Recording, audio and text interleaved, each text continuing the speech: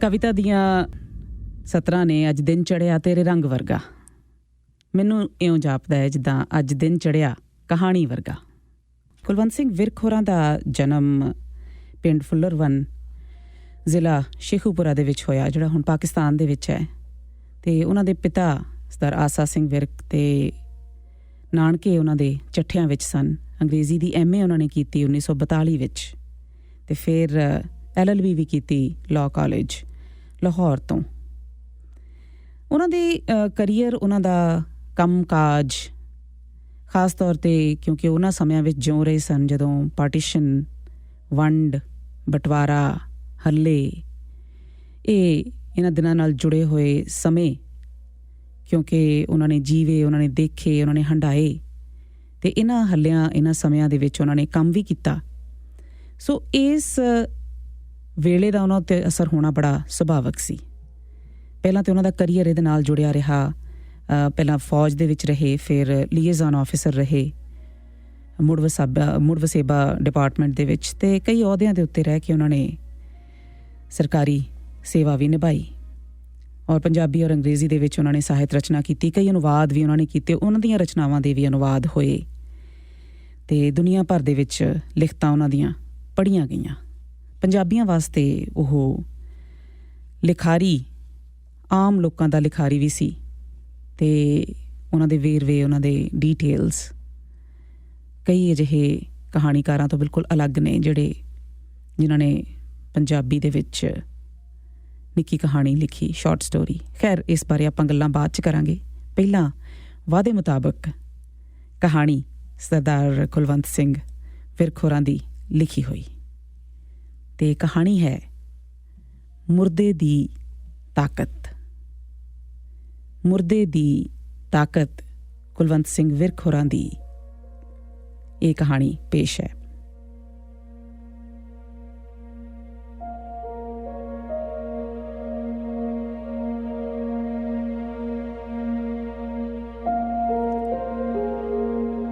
ਸਜਰੇ ਬਣੇ ਪਾਕਿਸਤਾਨ ਵਿੱਚ ਗੋਗੀਰਾ ਬ੍ਰਾਂਚ ਨਹਿਰ ਦੇ ਕੰਢੇ ਇੱਕ ਬੰਗਲੇ ਵਿੱਚ ਮੇਰਾ ਬਸੇਰਾ ਸੀ। ਇੱਥੋਂ ਥੋੜ੍ਹੀ ਦੂਰ ਸੱਚੇ ਸੌਦੇ ਦਾ ਰਿਫਿਊਜੀ ਕੈਂਪ ਸੀ। ਇਹ ਕੈਂਪ ਮੇਰੇ ਕਿਆਸ ਵਿੱਚ ਪੱਛਮੀ ਪੰਜਾਬ ਦਾ ਸਭ ਤੋਂ ਵੱਡਾ ਰਿਫਿਊਜੀ ਕੈਂਪ ਸੀ। 2-3 ਮੀਲਾਂ ਦੇ ਘੇਰੇ ਵਿੱਚ ਕੋਈ 2 ਲੱਖ ਜੀ ਡੱਕੇ ਹੋਏ ਸਨ। ਇਹਨਾਂ ਦੀ ਹਿਫਾਜ਼ਤ ਲਈ ਗੜਵਾਲੀਆਂ ਦੀਆਂ 2 ਪਲਟੂਨਾਂ ਬੰਗਲੇ ਦੇ ਬਾਹਰਲੇ ਪਲਾਟਾਂ ਵਿੱਚ ਤੰਬੂ ਲਾ ਕੇ ਰਹਿੰਦੀਆਂ ਸਨ। ਪਾਕਿਸਤਾਨ ਸਰਕਾਰ ਨੇ ਵੀ ਪਾਕਿਸਤਾਨ ਆਰਮਡ ਪੁਲਿਸ ਦੇ ਕੋਈ 50 ਆਦਮੀ ਇਸ ਬੰਗਲੇ ਦੇ ਨੇੜੇ ਬਿਠਾਏ ਹੋਏ ਸਨ। ਇਹਨਾਂ ਦਾ ਕੰਮ ਵੀ ਰਿਫਿਊਜੀ ਕੈਂਪ ਦੀ ਰਾਖੀ ਦੱਸਿਆ ਜਾਂਦਾ ਸੀ। ਅਸਲ ਵਿੱਚ ਉਹ ਕੈਂਪ ਵਾਲਿਆਂ ਦੀ ਰਾਖੀ ਨਹੀਂ ਕਰਦੇ ਸਨ, ਸਗੋਂ ਕੈਂਪ ਵਾਲਿਆਂ ਤੋਂ ਬਾਹਰਲੇ ਪਿੰਡਾਂ ਦੀ ਰਾਖੀ ਕਰਦੇ ਸਨ। ਸਰਕਾਰ ਨੂੰ ਇਹ ਸ਼ਿਕਾਇਤ ਸੀ ਕਿ ਰਾਤ ਵੇਲੇ ਕੈਂਪ ਵਿੱਚੋਂ ਸਿੱਖ ਬੰਦੂਕਾਂ ਲੈ ਕੇ ਤੇ ਘੋੜਿਆਂ 'ਤੇ ਚੜ੍ਹ ਕੇ ਦੂਰ ਦੂਰ ਦੇ ਪਿੰਡਾਂ ਵਿੱਚ ਜਾ ਕੇ ਬਲਵੇ ਫਸਾਦ ਕਰਦੇ ਨੇ। ਪਾਕਿਸਤਾਨ ਪੁਲਿਸ ਦੇ ਇਹ ਸਿਪਾਹੀ, ਜਿਹੜੇ ਸਾਰੇ ਦੇ ਸਾਰੇ ਫੌਜ ਵਿੱਚੋਂ ਸੱਜਰੇ ਕੱਢੇ ਹੋਏ ਛਾਛੀ ਸਨ, ਕੈਂਪ ਦੇ ਦੁਆਲੇ ਚੱਕਰ ਲਾਉਂਦੇ ਰਹਿੰਦੇ, ਅਤੇ ਜਿਹੜਾ ਬੰਦਾ ਕੈਂਪ ਤੋਂ ਬਾਹਰ ਭੌਂਦਾ ਮਿਲ ਜਾਂਦਾ ਉਹਨੂੰ ਗੋਲੀ ਮਾਰ ਕੇ ਮਾਰ ਦਿੰਦੇ। ਗੜਵਾਲੀਆਂ ਨੂੰ ਇਸ ਗੱਲ ਦਾ ਪਤਾ ਸੀ, ਪਰ ਉਹ ਬੇਬਸ ਸਨ। ਉਸ ਵੇਲੇ ਜੋ ਥੋੜ੍ਹਾ ਬਹੁਤ ਕਾਨੂੰਨ ਹੈ ਸੀ, ਉਸ ਦੇ ਮੁਤਾਬਕ ਕੈਂਪ ਵਿੱਚ ਰਹਿੰਦੇ ਕਿਸੇ ਆਦਮੀ ਲਈ ਕੈਂਪ ਤੋਂ ਬਾਹਰ ਭੌਣਾ ਜੁਰਮ ਸੀ, ਭਾਵੇਂ ਕੈਂਪ ਦੇ ਨਾਲ ਲੱਗਦੀ ਪੈਲੀ ਉਸ ਦੀ ਆਪਣੀ ਮਾਲਕੀ ਹੀ ਕਿਉਂ ਨਾ ਹੋਵੇ। ਪੁਲਿਸ ਦੀ ਬੋਲੀ ਵਿੱਚ ਛਾਛੀ ਉਸ ਬਾਰੇ ਇਹ ਕਹਿੰਦੇ ਕਿ ਉਹ ਕਿਧਰੇ ਵਾਰਦਾਤ ਕਰਨ ਚੱਲਿਆ ਸੀ। ਦੋਹਾਂ ਧਿਰਾਂ ਨੂੰ ਇਹ ਤਾਂ ਪਤਾ ਸੀ ਕਿ ਵਾਰਦਾਤ ਕਰਨ ਜਾਣ ਵਾਲੇ ਨੂੰ ਮੌਤ ਦੀ ਸਜ਼ਾ ਨਹੀਂ ਦਿੱਤੀ ਜਾ ਸਕਦੀ, ਪਰ ਛਾਛੀ ਸੱਜਰੀ ਲੋਥ ਕਦੀ ਲੱਭਣ ਹੀ ਨਾ ਦਿੰਦੇ ਅਤੇ ਨਾ ਕਦੀ ਇਹ ਮੰਨਦੇ ਕਿ ਉਹਨਾਂ ਕਿਸੇ ਨੂੰ ਗੋਲੀ ਮਾਰੀ ਹੈ। ਹੌਲੀ ਹੌਲੀ ਕੈਂਪ ਦੇ ਲੋਕੀ ਪੈਦਲ ਕਾਫਲਿਆਂ ਵਿੱਚ, ਮੋਟਰਾਂ ਵਿੱਚ ਅਤੇ ਗੱਡੀਆਂ ਵਿੱਚ ਉੱਥੋਂ ਨਿਕਲਦੇ ਗਏ ਅਤੇ ਕੈਂਪ ਸੌੜਾ ਹੁੰਦਾ ਗਿਆ। ਪਰ ਛਾਛੀਆਂ ਦੇ ਡਰ ਨੇ ਇਸ ਨੂੰ ਹੋਰ ਵੀ ਸੌੜਾ ਕਰ ਦਿੱਤਾ ਸੀ। ਕੋਈ ਆਦਮੀ ਆਪਣੀ ਟੱਪਰੀ ਤੋਂ ਬਹੁਤਾ ਦੂਰ ਜੰਗਲ ਪਾਣੀ ਨਾ ਜਾਂਦਾ, ਕੋਈ ਕੋਲ ਵਗਦੇ ਸੂਏ 'ਤੇ ਹੱਥ ਧੋਣ ਵੀ ਨਾ ਜਾਂਦਾ। ਕਹਿੰਦੇ ਛਾਛੀ ਗੋਲੀ ਮਾਰ ਦੇਣਗੇ। ਉਹਨਾਂ ਵਿੱਚੋਂ ਕਿਸੇ ਨੇ ਕਿਸੇ ਛਾਛੀ ਨੂੰ ਉਸ ਦੇ ਨੇੜੇ ਖਲੋ ਕੇ ਨਹੀਂ ਵੇਖਿਆ ਸੀ। ਨੀਮ ਸਲੇਟੀ ਵਰਦੀਆਂ ਪਾ ਕੇ ਤੇ ਹੱਥ ਵਿੱਚ ਬੰਦੂਕ ਫੜੀ ਭੌਂਦਿਆਂ ਨੂੰ ਉਹ ਦੂਰੋਂ ਵੇਖ ਕੇ ਉਹਨਾਂ ਵੱਲ ਉਂਗਲਾਂ ਕਰਦੇ, ਪਰ ਕਦੀ ਕਿਸੇ ਨੂੰ ਉਹਨਾਂ ਦੇ ਕੋਲ ਹੋਣ ਜਾਂ ਉਹਨਾਂ ਨਾਲ ਗੱਲ ਕਰਨ ਦਾ ਹੌਸਲਾ ਨਹੀਂ ਪਿਆ ਸੀ। ਗੜਵਾਲੀ ਇਹ ਜਾਣਦੇ ਸਨ ਕਿ ਕੈਂਪ ਦੇ ਲੋਕ ਛਾਛੀਆਂ ਤੋਂ ਬਹੁਤ ਡਰਦੇ ਨੇ। ਜਦੋਂ ਕੈਂਪ ਦੇ ਅੰਦਰ ਡਿਊਟੀ ਦਿੰਦੇ ਤੇ ਲੋਕ ਉਹਨਾਂ ਤੋਂ ਛਾਛੀਆਂ ਬਾਰੇ ਗੱਲਾਂ ਪੁੱਛਦੇ। ਉਹ ਸਾਰੇ ਕਿੰਨੇ ਨੇ? ਤੁਸੀਂ ਕਿੰਨੇ ਹੋ? ਉਹਨਾਂ ਕੋਲ ਕੀ ਹਥਿਆਰ ਨੇ? ਤੁਹਾਡੇ ਕੋਲ ਕੀ ਨੇ? ਗੜਵਾਲੀ ਇਸ ਗੱਲ ਤੋਂ ਬੜਾ ਚਿੜਦੇ ਕਿ ਕੈਂਪ ਦੇ ਲੋਕੀ ਛਾਛੀਆਂ ਨੂੰ ਉਹਨਾਂ ਦੇ ਮੁਕਾਬਲੇ ਦਾ ਸਮਝਦੇ ਨੇ। ਇਸ ਵਿੱਚ ਉਹ ਆਪਣੀ ਬੜੀ ਹੇਠੀ ਸਮਝਦੇ ਤੇ ਛਾਛੀਆਂ ਦੀ ਵਡਿਆਈ। ਫਿਰ ਦੂਸਰਾ ਦੌਰ ਆਇਆ। ਕੈਂਪ ਵਿੱਚ ਰਹਿੰਦਿਆਂ ਲੋਕਾਂ ਦੇ ਹੌਸਲੇ ਹੌਲੀ-ਹੌਲੀ ਟੁੱਟ ਗਏ ਸਨ। ਕਾਨੂੰਨ ਦਾ ਮਾਣ ਵੀ ਹੁਣ ਆਪਣੇ ਅਸਲੀ ਪੱਧਰ ਵੱਲ ਆ ਰਿਹਾ ਸੀ। ਜ਼ਿਲ੍ਹੇ ਦੇ ਪੁਲਿਸ ਅਫਸਰਾਂ ਨੂੰ ਚੂੰਕਿ ਹੁਣ ਕੈਂਪ ਤੋਂ ਕੋਈ ਖਤਰਾ ਨਹੀਂ ਰਿਹਾ ਸੀ, ਇਸ ਲਈ ਉਹਨਾਂ ਨੇ ਛਾਛੀਆਂ ਨੂੰ ਸਖਤੀ ਕਰਨ ਤੋਂ ਹਟਕ ਦਿੱਤਾ। ਗੜਵਾਲੀਆਂ ਨੂੰ ਜਦ ਇਸ ਗੱਲ ਦਾ ਪਤਾ ਲੱਗਾ ਤਾਂ ਉਹਨਾਂ ਦੇ ਸਿਰ ਵਿੱਚੋਂ ਸਮਝੋ ਜੂੰ ਮਰ ਗਈ। ਕੈਂਪ ਤੇ ਛਾਛੀਆਂ ਦਾ ਰੋਹਬ ਹੁਣ ਪਿੰਡ ਦੇ ਚੌਂਕੀਦਾਰ ਤੋਂ ਵੱਧ ਨਹੀਂ ਰਿਹਾ ਸੀ। ਉਹ ਐਵੇਂ ਫੋਕੇ ਹੀ ਬੰਦੂਕਾਂ ਲੈ ਕੇ ਭੌਂਦੇ ਰਹਿੰਦੇ। ਗੜਵਾਲੀਆਂ ਨੇ ਕੈਂਪ ਦੀਆਂ ਪੁਰਾਣੀਆਂ ਹੱਦਾਂ ਤੇ ਝੰਡੀਆਂ ਲਾ ਦਿੱਤੀਆਂ ਤੇ ਲੋਕੀ ਖੁੱਲ੍ਹਾ ਉੱਥੋਂ ਤੱਕ ਭੌਂਦੇ ਰਹਿੰਦੇ। ਝੰਡੀਆਂ ਸਾਹਮਣੇ ਹੋਣ ਕਰਕੇ ਛਾਛੀ ਕਿਸੇ ਨੂੰ ਐਵੇਂ ਹੀ ਫੜ ਕੇ ਹੁਣ ਇਹ ਨਹੀਂ ਆਖ ਸਕਦੇ ਸਨ ਕਿ ਉਹ ਕੈਂਪ ਦੀ ਹੱਦ ਤੋਂ ਬਾਹਰ ਵਾਰਦਾਤ ਕਰਨ ਚੱਲਿਆ ਸੀ। ਝੰਡੀਆਂ ਦੇ ਕੋਲ ਖਲੋ ਕੇ ਲੋਕੀ ਛਾਛੀਆਂ ਨੂੰ ਇੱਧਰ ਉੱਧਰ ਪਹਿਰੇਦਾਰਾਂ ਵਾਂਗੂ ਭੌਂਦਾ ਵੇਖਦੇ ਰਹਿੰਦੇ। ਉਹਨਾਂ ਦੀ ਹੁਣ ਸਾਰੀ ਫੂਕ ਨਿਕਲ ਚੁੱਕੀ ਸੀ। ਵਾਪਸ ਬਾਰਕਾਂ ਵਿੱਚ ਤੇ ਛਾਛੀਆਂ ਦਾ ਅਸਲੋਂ ਕੋਈ ਰੋਹਬ ਨਹੀਂ ਰਿਹਾ ਸੀ। ਉਹਨਾਂ ਦੀਆਂ ਬੰਦੂਕਾਂ ਫੌਜ ਦੇ ਰੱਦ ਕੀਤੇ ਨਿਕੰਮੇ ਮਾਡਲ ਦੀਆਂ ਸਨ। ਗੜਵਾਲੀਆਂ ਨੂੰ ਚੂੰਕਿ ਇਹਨਾਂ ਬੰਦੂਕਾਂ ਦੀ ਅਸਲੀਅਤ ਦਾ ਪਤਾ ਸੀ, ਇਸ ਲਈ ਉਹਨਾਂ ਸਾਹਮਣੇ ਛਾਛੀਆਂ ਨੂੰ ਇਹ ਚੁੱਕਦਿਆਂ ਬੜੀ ਸ਼ਰਮ ਆਉਂਦੀ। ਰਾਈਫਲ ਸਫਾਈ ਵਾਲੇ ਦਿਨ ਗੜਵਾਲੀ ਆਪਣੀਆਂ ਵਧੀਆ ਨਵੀਆਂ ਬੰਦੂਕਾਂ ਵਿੱਚੋਂ ਫਖਰ ਨਾਲ ਪੁੱਲ ਥਰੂ ਖਿੱਚਦੇ, ਫਿਰ ਉਹਨਾਂ ਨੂੰ ਕੌਕ ਕਰਕੇ ਘੋੜੇ ਦਬਾਉਂਦੇ ਤੇ ਫਿਰ ਇੱਕ ਨਖਰੇ ਜਿਹੇ ਨਾਲ ਸੇਫਟੀ ਕੈਚ ਲਾਉਂਦੇ ਤੇ ਦੂਰੋਂ ਵੇਖ ਰਹੇ ਛਾਛੀਆਂ ਦੇ ਮੂੰਹ ਵਿੱਚ ਪਾਣੀ ਭਰ ਆਉਂਦਾ। ਫਿਰ ਗੜਵਾਲੀਏ ਆਪਣੀਆਂ ਲਾਈਟ ਮਸ਼ੀਨ ਗੰਨਾਂ ਤੇ ਮੋਟਰਾਂ ਨੂੰ ਸਾਫ਼ ਕਰਦੇ, ਕਦੀ ਹੈਂਡ ਗ੍ਰੇਨੇਡਾਂ ਨੂੰ ਖੋਲ੍ਹ ਕੇ ਉਹਨਾਂ ਦੇ ਸਪਰਿੰਗ ਟੈਸਟ ਕਰਦੇ। ਉਹਨਾਂ ਦਾ ਸਿਗਨਲਰ ਹਰ ਵੇਲੇ ਆਪਣੇ ਸੈੱਟ 'ਤੇ ਬੈਠਾ ਲਾਹੌਰ ਅੰਮ੍ਰਿਤਸਰ ਵਿੱਚ ਆਪਣੀਆਂ ਬਟਾਲੀਅਨ ਦੀਆਂ ਹੋਰ ਕੰਪਨੀਆਂ ਨਾਲ ਗੱਲਾਂ ਕਰਦਾ ਰਹਿੰਦਾ। ਇਸ ਸਭ ਕੁਝ ਦੇ ਸਾਹਮਣੇ ਛਾਛੀ ਇਸ ਤਰ੍ਹਾਂ ਮਹਿਸੂਸ ਕਰਦੇ ਜਿਵੇਂ ਕੋਈ ਗਰੀਬ ਮੁੰਡਾ ਆਪਣੇ ਅਮੀਰ ਗੁਆਂਢੀ ਮੁੰਡੇ ਦੇ ਨਵਾਂ ਸਾਈਕਲ ਲੈਣ 'ਤੇ ਕਰਦਾ ਹੈ। ਦੋਵਾਂ ਧਿਰਾਂ ਦੀ ਆਪੋ ਵਿੱਚ ਕਦੀ ਕੋਈ ਸਿੱਧੀ ਝੜਪ ਨਹੀਂ ਹੋਈ ਸੀ, ਕਦੀ ਤਾਨੇ ਮਿਹਣਿਆਂ ਤੱਕ ਵੀ ਨਹੀਂ ਅਪੜੇ ਸਨ। ਆਪੋ ਵਿੱਚ ਸਦਾ ਹੱਸ-ਹੱਸ ਕੇ ਗੱਲਾਂ ਕਰਦੇ, ਪਰ ਦਿਲਾਂ ਵਿੱਚ ਦੋਵੇਂ ਧਿਰਾਂ ਆਪਣੇ ਆਪ ਨੂੰ ਇੱਕ ਦੂਸਰੇ ਨਾਲ ਮੇਚਦੀਆਂ ਰਹਿੰਦੀਆਂ। ਇਸ ਮੁਕਾਬਲੇ ਵਿੱਚ ਛਾਛੀ ਦਿਨੋਂ ਦਿਨ ਹੌਲੇ ਹੁੰਦੇ ਜਾ ਰਹੇ ਸਨ ਤੇ ਇਸ ਤਰ੍ਹਾਂ ਲੱਗਦਾ ਸੀ ਕਿਸੇ ਦਿਨ ਉਹ ਆਪਣੇ ਆਪ ਨੂੰ ਇਸ ਦੇਸ਼ ਵਿੱਚ ਹੀ ਗੜਵਾਲੀਆਂ ਦੇ ਮੁਕਾਬਲੇ ਦਾ ਹੀ ਨਾ ਸਮਝਣਗੇ।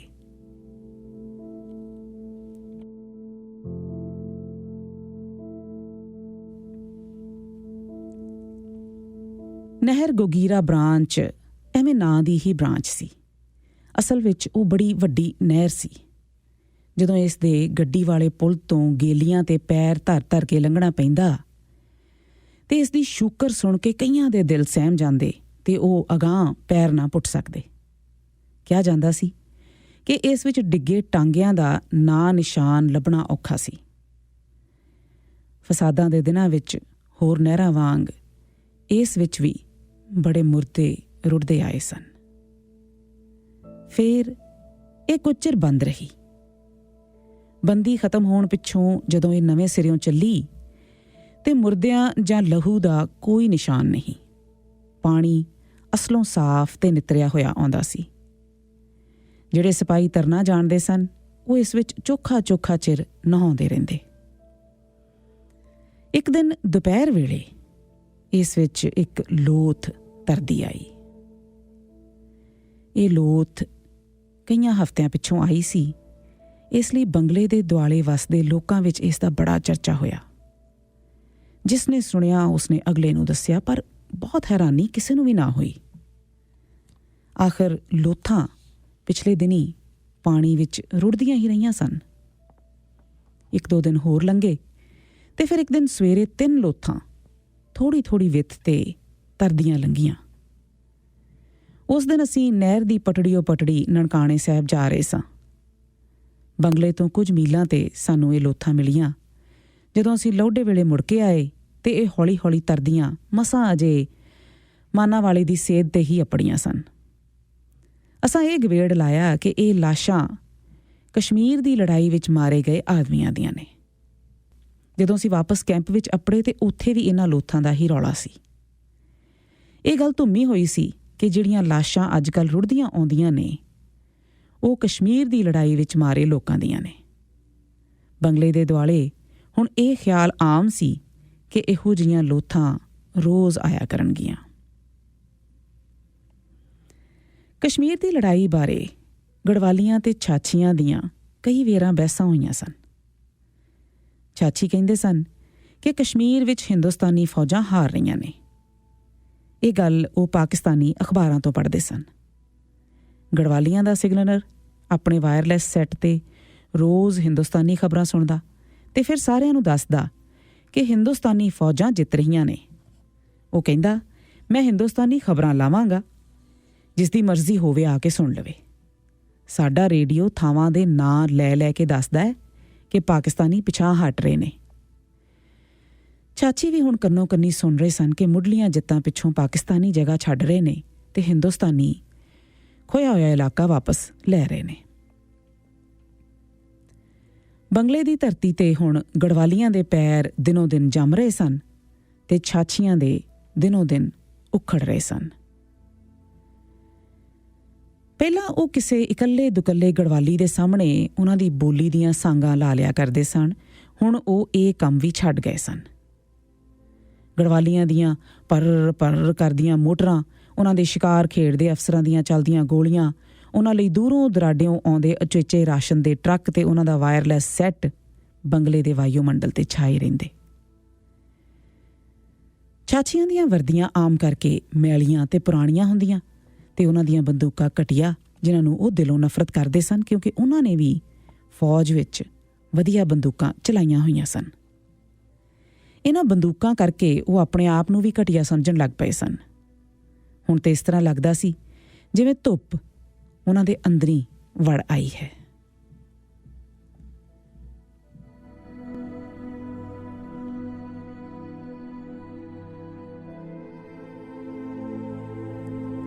ਇੱਕ ਦਿਨ ਅਜੇ ਮਸਾਂ ਦਿਨ ਹੀ ਚੜ੍ਹਿਆ ਸੀ। ਨਾ ਛਾਛੀ ਤੇ ਨਾ ਗੜਵਾਲੀ ਅਜੇ ਕਿਸੇ ਕੰਮ ਲੱਗੇ ਸਨ। ਸਗੋਂ ਨਹਿਰ ਦੇ ਕੰਢੇ ਇੱਧਰ ਉੱਧਰ ਜੰਗਲ ਪਾਣੀ ਫਿਰ ਰਹੇ ਸਨ ਕਿ ਇੱਕ ਹੋਰ ਲੋਥ ਦੂਰੋਂ ਆਉਂਦੀ ਦਿਸੀ। ਇਹ ਲੋਥ ਵੀ ਕਸ਼ਮੀਰ ਤੋਂ ਹੀ ਆਈ ਸੀ ਜਿੱਥੇ ਲੜਾਈ ਲੱਗੀ ਹੋਈ ਸੀ। ਇੱਕ ਮੋਗੇ ਤੇ ਖਲੋ ਕੇ ਚੋਖੇ ਸਾਰੇ ਸਿਪਾਹੀ ਇਸ ਰੁੜਦੀ ਆਉਂਦੀ ਲਾਸ਼ ਨੂੰ ਵੇਖਣ ਲੱਗ ਪਏ। ਇੱਥੇ ਖਲੋਤਿਆਂ ਇੱਕ ਛਾਛੀ ਦਾ ਮਨ ਲੋਥ ਤੋਂ ਪਿਛਾਂਹ ਟੁਰਦਾ ਟੁਰਦਾ ਕਸ਼ਮੀਰ ਅੱਪੜ ਗਿਆ, ਜਿੱਥੋਂ ਇਹ ਲੋਥ ਆਈ ਸੀ, ਜਿੱਥੇ ਬੰਦੇ ਮਰ ਰਹੇ ਸਨ, ਹਿੰਦੂ ਤੇ ਮੁਸਲਮਾਨ। ਜਿਸ ਬੰਦੇ ਦੀ ਇਹ ਲਾਸ਼ ਸੀ ਉਹ ਭਲਾ ਹਿੰਦੂ ਸੀ ਕਿ ਮੁਸਲਮਾਨ, ਉਸਨੇ ਦਿਲ ਵਿੱਚ ਸੋਚਿਆ ਤੇ ਫਿਰ ਉੱਚੀ ਕਿਹਾ, ਆਓ ਬਈ ਵੇਖੀਏ ਹਿੰਦੂ ਹੈ ਕਿ ਮੁਸਲਮਾਨ। ਉਹਦੀ ਇਹ ਗੱਲ ਸੁਣ ਕੇ ਮੈਨੂੰ ਕੁਝ ਹੈਰਾਨੀ ਜਿਹੀ ਹੋਈ।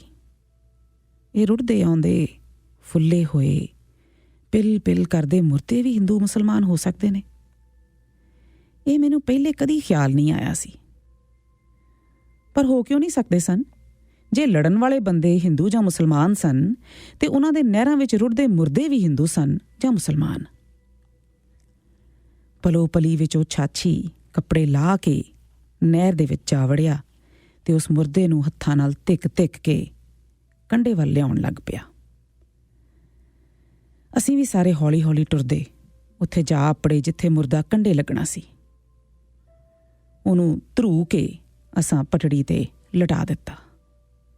ਫੁੱਲ ਕੇ ਉਸਦੀ ਹਰ ਸ਼ੈ ਮੋਟੀ ਮੋਟੀ ਤੇ ਡਰਾਉਣੀ ਹੋ ਗਈ ਹੋਈ ਸੀ।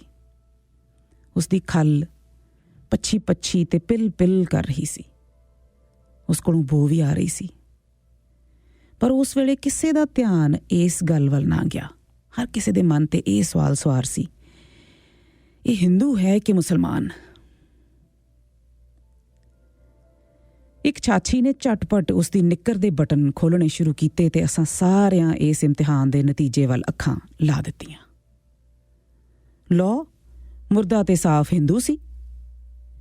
ਉੱਥੇ ਖੜੇ ਚਾਚੀਆਂ ਦੇ ਚਿਹਰੇ ਇੱਕਦਮ ਖਿੜ ਗਏ ਤੇ ਗੜਵਾਲੀਆਂ ਦੇ ਡਿੱਗ ਪਏ। ਹਿੰਦੂ ਸੀ ਵਿਚਾਰਾ, ਇੱਕ ਚਾਚੀ ਨੇ ਜੇਤੂ ਹਮਦਰਦੀ ਨਾਲ ਕਿਹਾ। ਆਹੋ, ਦੋ ਹੋਰ ਚਾਚੀਆਂ ਨੇ ਸਿਰ ਹਿਲਾ ਕੇ ਤਾਈਦ ਕੀਤੀ। ਕਿਸੇ ਗੜਵਾਲੀ ਨੇ ਇਸ ਗੱਲ ਨੂੰ ਟੋਕਿਆ ਨਾ। ਚਾਚੀਆਂ ਨੇ ਮੁਰਦੇ ਨੂੰ ਫੇਰ ਪਾਣੀ ਵਿੱਚ ਰੋੜ ਦਿੱਤਾ ਤੇ ਉਹ ਉਸੇ ਤਰ੍ਹਾਂ ਹੀ ਪਾਣੀ ਵਿੱਚ ਤਰਨ ਲੱਗ ਪਿਆ ਜਿਵੇਂ ਉਹ ਕੋਈ ਜਲ ਜੰਤੂ ਹੋਵੇ। ਇਸ ਤੋਂ ਚਾਚੀਆਂ ਦਾ ਸਾਰਾ ਸਹਿਮ ਜਾਂਦਾ ਰਿਹਾ। ਉਹਨਾਂ ਦੀਆਂ ਬਾਰਕਾਂ ਦਾ ਵਾਯੂਮੰਡਲ ਵੀ ਬਦਲ ਗਿਆ। ਹੁਣ ਉਹ ਮਾਘੇ ਮਾਰ-ਮਾਰ ਕੇ ਕਵਾਲੀਆਂ ਪੜ੍ਹਦੇ ਤੇ ਬੋਲੀਆਂ ਪਾਉਂਦੇ। ਉਸ ਮੁਰਦੇ ਨੇ ਉਹਨਾਂ ਵਿੱਚ ਬੜੀ ਜਾਨ ਪਾ ਦਿੱਤੀ ਸੀ।